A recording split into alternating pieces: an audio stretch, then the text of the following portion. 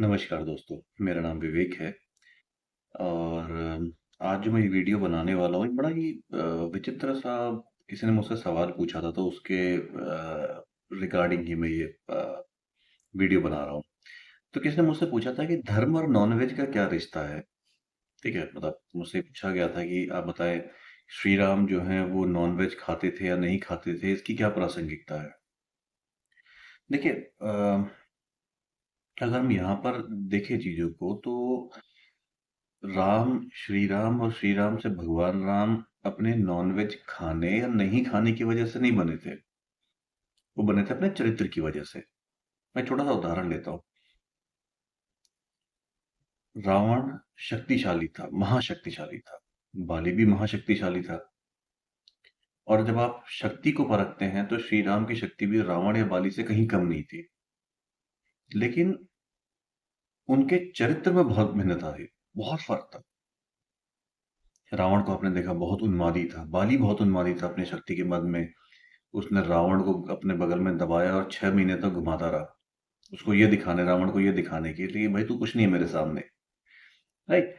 ऐसे ही रावण भी जब शक्ति के उन्माद में आता था, तो कभी वो यमलोक पे आक्रमण कर रहा है, कभी स्वर्गलोक पर आक्रमण कर रहा है, कभी कुछ कभी कुछ, कभी ऋषियों को नसें काट के उनका खून भर के एक बड़े घड़े में इकट्ठा करके और जमीन में दबा देता है।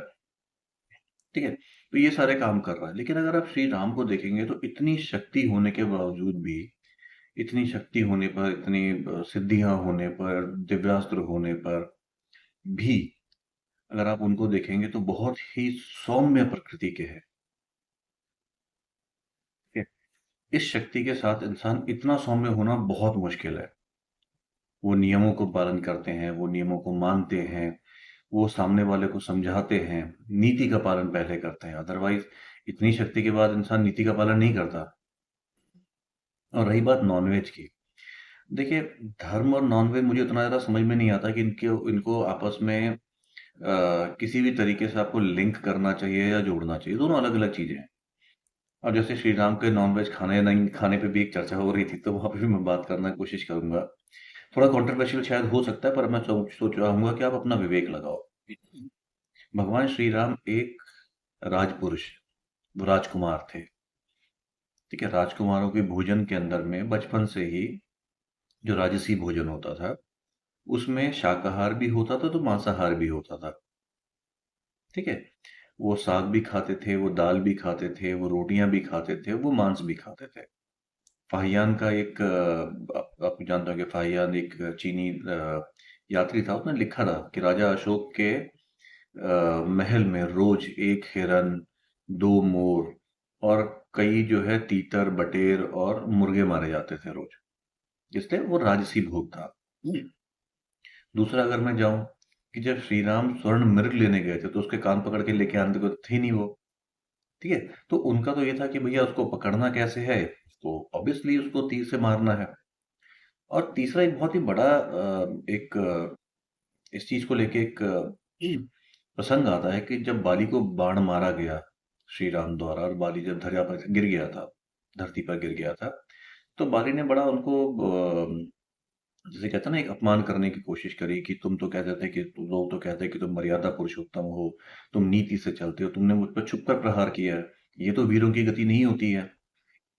तो श्री राम ने उसको कहा था कि तूने अपने भाई के जीवित रहते हुए उसकी पत्नी को रख लिया, ये पशु तुल्य कार्य है।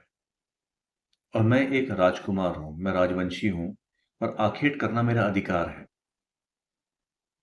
ठीक है, तो मैंने तेरा वध नहीं किया, मैंने तेरा आखेट किया, और आखेट ऐसे ही होता है।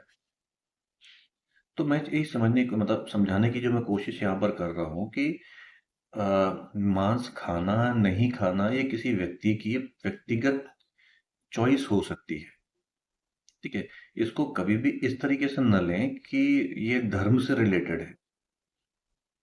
मेरा अपना मानना है कि जिस दिन आपके मन में इच्छा आ जाए कि नहीं यार, मेरे मांस खाने की वजह से एक प्राणी उस प्रताड़ना में जाता है, आपने आई डोंट नो, आपने कभी देखा नहीं देखा होगा, कभी एक्सीडेंट कभी हुआ हो, तो वो जो आखिरी के 3 या 4 सेकंड होते हैं ना, एक्सीडेंट बैंग होने से ठीक पहले, उस समय इंसान को अपनी सारी गतियां नजर आ जाती हैं। और अगर बच गया उस एक्सीडेंट से, तो जो अगले 15-20 मिनट होते हैं, उसको समझ नहीं आ रहा था कि मेरे साथ हुआ क्या। आप सोचो, जब उस मुर्गे को उस पिंजरे से निकाला जाता है, वो रोना शुरू कर देता है वहीं, क्योंकि उसको पता है कि उसको किस लिए लेके जा रहे हैं। जब बकरा कसाई घर में लेके जाते हैं ना, मैंने देखा है खुद, वो बकरा डर के मारे पेशाब कर देता है। राइट। तो जब आपके मन में ये बात है ना कि मेरी वजह से किसी को प्रताड़ना है, वो जब आप नहीं खाते हो वो कारण सही है। लेकिन जब आप भगवान का नाम लेके बोलते हो कि यार मैं बाकी कांड तो मैं सारे कर रहा हूँ, मैं किसी को तकलीफ भी दे रहा हूँ, मैं अपनी बीवी को दे रहा हूँ या पति को दे रही हूँ या बच्चों को हो रहा है, या मेरी वजह से कोई काम करने वाला है, काम करने वाली है, या सड़क चलते किसी और को मैं किसी तरह की प्रताड़ना दे रही हूँ, किसी का पैसा छुपा दबा देता हूँ या दबा ले रही हूँ, तो वहां तक ठीक है। लेकिन मांस नहीं खाना, क्योंकि धर्म में नहीं लिखा है। तो मेरा आग्रह ये रहेगा कि धर्म से मांस को अलग रखो।